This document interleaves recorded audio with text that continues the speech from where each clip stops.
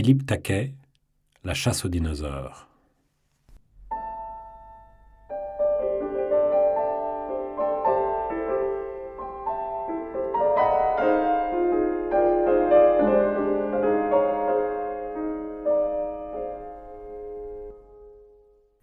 Comment devient-on paléontologue spécialiste de dinosaures ?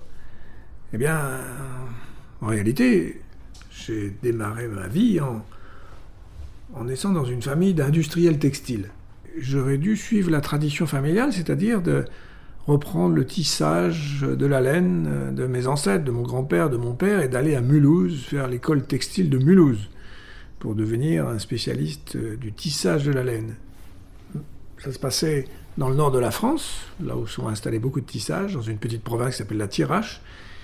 Mais j'étais beaucoup plus intéressé par les oiseaux, les nids des oiseaux, la pêche aux grenouilles, aux goujons, aux écrevisses, et à ramasser des cailloux et des fossiles. Et par chance, mes parents m'ont laissé se développer ma vocation.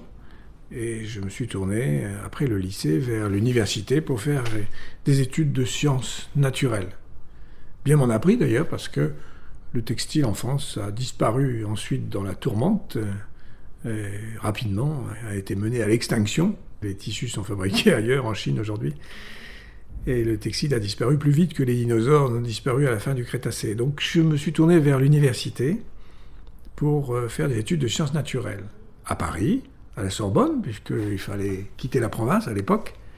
Et je suis venu à Paris.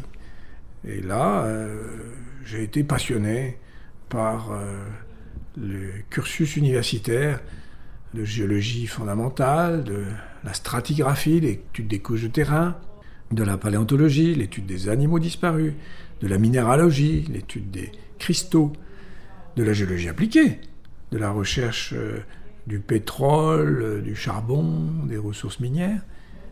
Et peu à peu, j'ai fait une licence de géologie et ensuite je me suis spécialisé en paléontologie des vertébrés, qui était une spécialité pas très répandue en France à l'époque, tout ça à la Sorbonne. Et après une thèse de 3e cycle, eh bien, l'endroit où on faisait de la paléontologie, c'était le Muséum national d'histoire naturelle, où je me trouve encore aujourd'hui. Le laboratoire de paléontologie, la chaire de paléontologie du muséum était très réputée.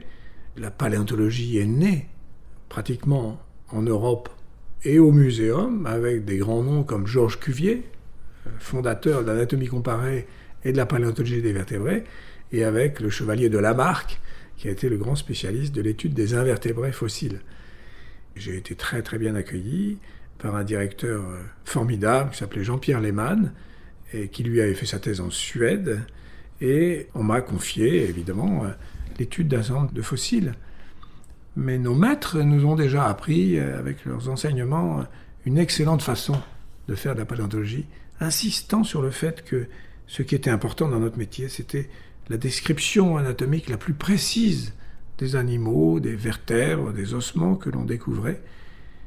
Et cette description précise, c'est ce qui reste au fil des années. Les théories changent, les idées sur les animaux évoluent, mais la description précise subsiste et elle reste utilisable par les générations futures, et mes maîtres avaient raison. À l'expérience, on peut voir que les bons travaux sont ceux qui ont fait de bonnes descriptions. Et puis un jour, il m'est arrivé une aventure extraordinaire. Dans le bureau où nous nous trouvons aujourd'hui, mon patron était derrière le bureau et m'a appelé en me disant « Écoutez, voilà des chercheurs d'uranium qui travaillent pour le commissariat à l'énergie atomique en France, pour pourvoir la France en ressources d'uranium. La France en avait un peu dans des filons en Auvergne, dans le Massif central, mais il fallait développer une filière du temps du général de Gaulle, et la France est tournée vers les pays lointains, en particulier vers l'Afrique, pour chercher des grands sites riches en uranium. Et en faisant ces recherches, les géologues du commissariat à l'énergie atomique, en Afrique, dans le désert du Ténéré, se sont trouvés face à des ossements de grands animaux fossilisés, visibles en plein désert, et ont eu besoin d'un expert pour expertiser ces ossements, surtout pour savoir et connaître l'âge des couches géologiques, et pour améliorer. Nous espérons que vous avez apprécié cet aperçu. Pour continuer à écouter ce livre audio sur Google Play Livres, utilisez le lien dans la description de la vidéo.